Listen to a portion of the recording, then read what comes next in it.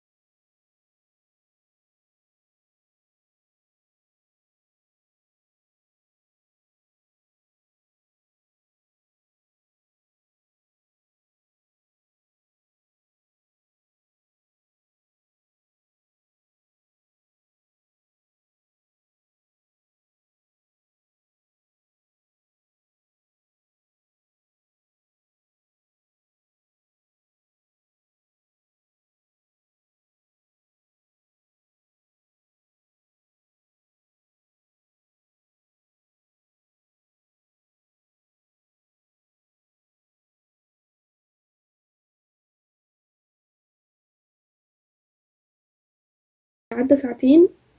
وانا بصراحة ما عادش قادرة، عايزة اخد بريك سريع كده. الساعتين دول كنت حاطة تارجت 8 حاجات، خلصت 4 حاجات. يعني بجد مش متخيلة ان الواحد لما يحط في دماغه حاجة ويعملها ازاي.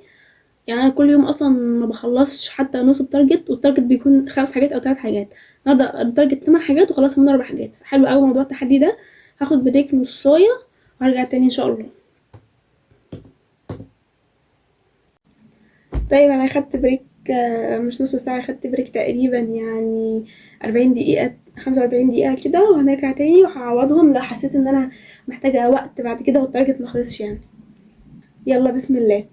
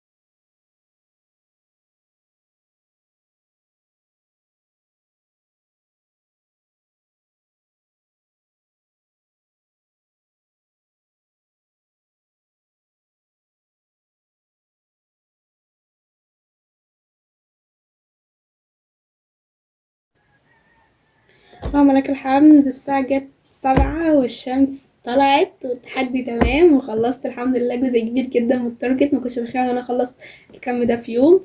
اللهم بارك اللهم بارك. عجبني موضوع التحدي ده. آه، قولوا لي ايه رأيكم، وانا اتحفزت ولا لا للمذاكرة لما شفت الفيديو.